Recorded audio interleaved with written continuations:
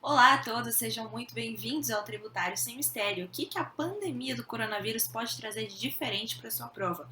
Ou melhor, temas que estão em evidência sobre direito tributário com essa história do coronavírus que podem saltar os olhos da banca e serem objeto de questão na sua prova da segunda fase. Pessoal, trouxe para vocês 3 dicas. Pessoal, trouxe 3 dicas que eu tô pensando aqui que pode vir a ser objeto da sua prova, tá? Não necessariamente será, né? Não tem como prever isso, mas vou fazer a minha parte de te alertar em virtude das medidas tributárias que estão sendo tomadas agora neste período, nessa situação delicada que a gente se encontra, dessa pandemia do coronavírus. Pode ser que salte os olhos da OAB alguns aspectos da nossa matéria para a segunda fase. Tudo bem? Estou considerando aqui que a prova não está elaborada ainda. E mesmo que tivesse sido elaborada, eu estou considerando que a OAB pode retificar alguma questão para deixar mais próximo da prática, do que está acontecendo por aí. Eu não sei, pessoal, não tenho acesso a essa parte dos bastidores da prova, né? Então, o meu papel aqui é te preservar para que se cair, você está preparado, tá bom? Então, a primeira dica vai ser sobre o empréstimo compulsório, né?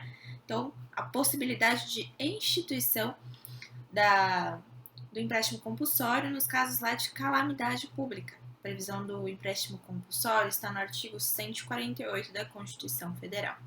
Tudo bem? Esse empréstimo compulsório, como eu acho que pode ser cobrado na sua prova, é a existência, né, o decreto de calamidade pública como condição para instituir o empréstimo compulsório por calamidade pública, não é simplesmente ver que está tudo um caos, está horrível, então vamos instituir empréstimo compulsório. Não, precisa de um decreto que ateste que há a existência desse estado de calamidade pública e o empréstimo compulsório, o que eu quero chamar a atenção de vocês é a formalidade, lei complementar. Tá? O empréstimo compulsório está dentro aí daqueles tributos que exigem lei complementar para sua instituição. Tudo bem? Então, só chamar atenção para o empréstimo compulsório. Por que isso pode chamar atenção? Além dos decretos aí de calamidade pública, outro aspecto interessante é que já existe em tramitação um projeto de lei que pretende instituir empréstimo compulsório, tá? Pela União. Quem fez a proposta desse projeto de lei complementar foi um deputado da Paraíba, se eu não me engano. Tá lá no meu Instagram, eu coloquei projeto de lei 34 de 2020, salvo engano, tá bom? Eu vou confirmar aqui embaixo, coloco para vocês o número certinho, mas eu acho que é esse. E então, exatamente por isso está em evidência agora o estado de calamidade pública, o projeto de lei, pode ser que sejam o objeto da sua prova essa pergunta, tá bom? E não raras às vezes a OAB adora exceções. Então, se em regra a lei exige uma lei ordinária para instituir, aumentar um tributo, ela gosta de exceções, coisas que demandem lei complementar para sua regulação, tá bom? Então, fica aí a dica. Dica 2. Já imaginou se aumentarem mais ainda o caos e isso virar uma guerra? E aí eu quero chamar a atenção para você para o imposto extraordinário de guerra. O imposto extraordinário de guerra, ele é uma hipótese que, se instituído, autoriza a bitributação. Por que autoriza a bitributação? O imposto extraordinário de guerra ele vai poder disciplinar sobre um fato gerador já existente. Então, pode acontecer do contribuinte ser compelido a pagar o seu IPTU normal e ainda o imposto extraordinário de guerra com relação ao IPTU de novo, só que daí para a União e não para o município. E isso não vai ter ofensa à Constituição, será uma hipótese de bitributação permitida pela legislação. Então, pode ser que, imagina um case na segunda fase de que, tô dando um exemplo absurdo aqui, tá? Mas é só para ilustrar da forma mais fácil de vocês entenderem o que eu estou querendo dizer. Começa uma guerra externa, para brigar por máscara farmacêutica. Imagina, só imagina, tá? A União institui esse imposto extraordinário de guerra para todo proprietário de imóvel urbano. Bia, já tem isso na Constituição. Já tem isso na Constituição, já tem isso no CTN, já é um fato gerador. Eu vi lá no 154, inciso 1º, que pode ter instituição de impostos que não estejam previstos na Constituição, mas não pode ter o mesmo fato gerador de outros impostos já disciplinados. Veja que isso é uma regra pela qual o imposto extraordinário de guerra é uma exceção, tá? Então, seria possível um IPTU normal e um IPTU de guerra, tá? Só para vocês entenderem.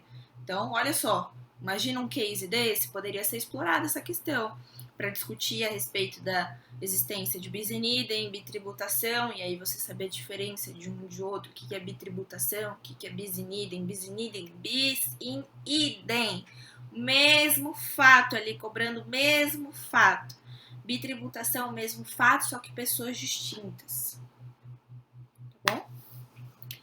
Então, basicamente é essa dica 2. Se a gente for muito além pro caos, tá? Na imaginação da FGV, eu espero, na imaginação da FGV, se ela estende o caos a título de guerra e pergunta sobre o imposto extraordinário de guerra, não deixem de ler esse artigo, pontuem, vejam se tem as remissões corretas no seu slide. Dica 3. Na prática está saindo muita portaria, resoluções disciplinando algumas coisas, né? Então, a Procuradoria suspendeu os prazos de cobrança de tributos federais, adiou o pagamento do Simples Nacional para o segundo semestre, né? De 3 meses aí passaram para o segundo semestre do ano. Suspendeu o protesto de certidão de dívida ativa, tomou algumas providências, e a minha pergunta para você é: uma portaria da Receita Federal, ela pode inovar no ordenamento jurídico?